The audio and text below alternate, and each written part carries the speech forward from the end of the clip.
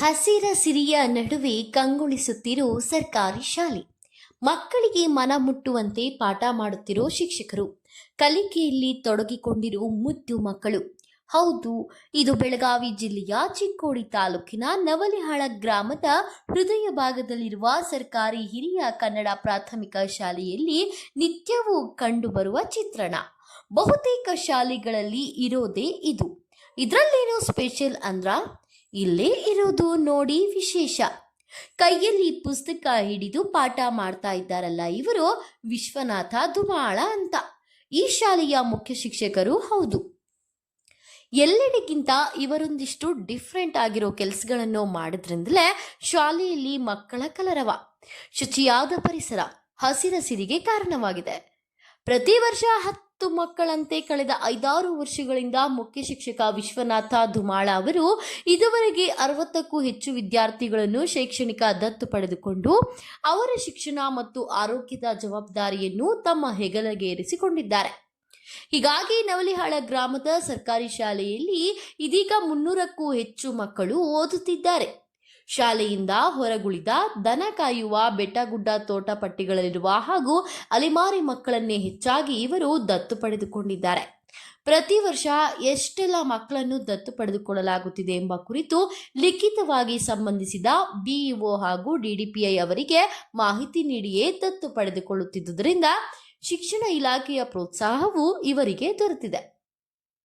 ಪ್ರತಿದಿನ ಶಾಲಾ ಅವಧಿಯ ಪ್ರಾರಂಭದ 1 ಗಂಟೆ ಮುಂಚಿತವಾಗಿಯೇ ಶಾಲೆಗೆ ಆಗಮಿಸಿ ಮಕ್ಕಳಿಗೆ ನವೋದಯ ಶಾಲೆ, ಸೈನಿಕ ಶಾಲೆ ಸೇರಿದಂತೆ ವಿವಿಧ ಸ್ಪರ್ಧಾತ್ಮಕ ಪರೀಕ್ಷೆಯ ಪಾಠ ಹೇಳಿಕೊಡ್ತಾರೆ.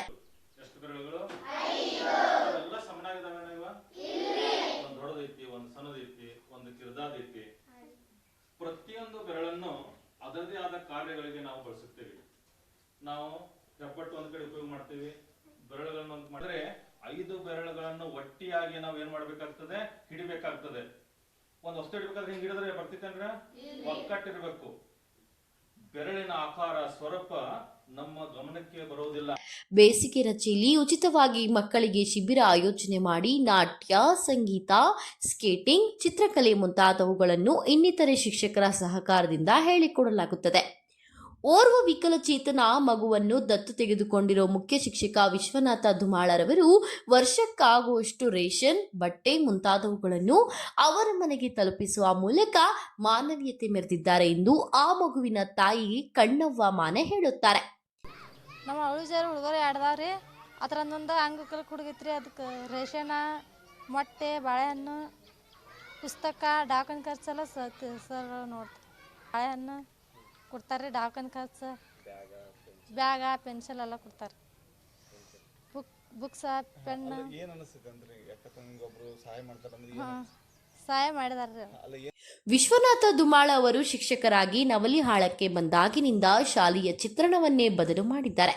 ಹೀಗಾಗಿ ತಾವು ಸೇರಿದಂತೆ ಗ್ರಾಮಸ್ಥರು ದೇಣಿಗೆ ನೀಡಲು ಮನಸ್ಸು ಮಾಡಿದ್ದಾಗಿ ಸ್ಥಳೀಯರಾದ ಕಾಕಾ ಸಾಹೇಬ ಕಡ್ಡ ಅವರ ಮಾತಾಗಿದೆ. ಮಾಜಿ ಎಸ್ಎಂಸಿ ಅಧ್ಯಕ್ಷ, ನಮ್ಮ ಅವಧಿ ಒಳಗೆ ನಾವು 3 ಸಾಲಿ ಸುಟ್ಟಿ ಕೊಡ್ದಂಗೆ ಪೀಡ್ ನಡೆಸಿದ್ದೀವಿ. ಮಕ್ಕಳಿಗೆ ದತ್ತಕ್ಕೆ ತೊಗೊಂಡಾರ ಸರ್ ಆಗಲಿ. ಆದರೆ ನಾವು ಈಗ ನಮ್ಮ ಫ್ಯಾಮಿಲಿ ತಿಂದು ನಾವು 4 ಲಕ್ಷ ದಿನ ಕೊಟ್ಟಿದ್ದೀವಿ ಸಾಲಿಗೆ. ಈಗ ಮಕ್ಕಳ ಸಲುವಾಗಿ ಹೈಸ್ಕೂಲ್ನೂ ಕೊಟ್ಟಿದ್ದೀವಿ ಮತ್ತು ಸಾಲಿ ಚಲೋ ನಡೆಸಿದಾರು. ಇಷ್ಟನ್ನ ಹೇಳ್ತೀನಿ.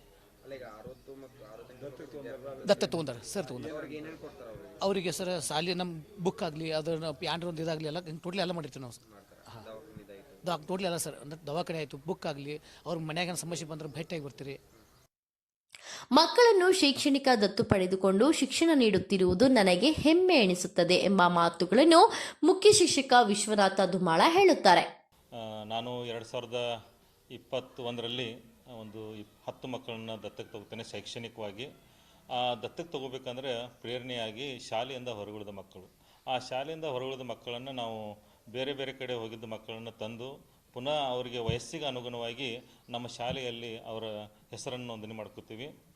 ಆವಾಗ ಮಕ್ಕಳ ಒಂದು ಕಷ್ಟಗಳನ್ನು, ಆ ಮಕ್ಕಳಿಗೆ ಏನು ತೊಂದರೆಗಳಾಗ್ತಾ ಇದ್ದಾವೆ ನೋಡಿಕೊಂಡು ದತ್ತು ತೆಗೆದುಕೊಂಡ್ರೆ ಆ ಮಗು ಆರಾಮಾಗಿ ಕಲಿಬಹುದು, ಅವರಿಗೆಲ್ಲ ವ್ಯವಸ್ಥೆಯನ್ನು ಮಾಡ್ತಾಯಿದ್ರೆ ನಾವು ಅವರಿಗೆ ಶೈಕ್ಷಣಿಕವಾಗಿ ದತ್ತು ತೆಗೆದುಕೊಂಡು ಅವ್ರಿಗೆ ಬ್ಯಾಗ್ಗಳನ್ನು, ನೋಟ್ಬುಕ್ಗಳನ್ನು, ಮತ್ತು ಅವರಿಗೆ ವೈದ್ಯಕೀಯ ಏನಾದರೂ ಖರ್ಚು ಬರ್ತಂದರೆ ನನಗೆ ಆತ್ಮೀಯ ಮಿತ್ರರಾದಂಥ ವೈದ್ಯರಾದಂಥ ಬಸವರಾಜ್ ಹಳಜೋಳರು ಕೂಡ ಇದ್ದಾರೆ. ಅವರ ಮಕ್ಕಳನ್ನೆಲ್ಲ ತಪಾಸಣೆ ಮಾಡುವಂಥದ್ದು, ಅವರಿಗೆ ಉಪಚಾರವನ್ನು ಮಾಡುವಂಥದ್ದು ಮತ್ತು ಬೇರೆ ಬೇರೆ ದೃಷ್ಟಿಯಿಂದ ಆಹಾರ ದೃಷ್ಟಿಯಿಂದ ಕೂಡ ನಾವು ಸಾಮಗ್ರಿಗಳನ್ನು ಕೂಡ ಕೊಡ್ತಾ ಇದ್ದೀವಿ. ಕೆಲ ಕುಟುಂಬಗಳಿಗೆ ಸಂಪೂರ್ಣ ಖರ್ಚನ್ನು ಕೂಡ ನೋಡ್ತಾ ಇದ್ದೀವಿ.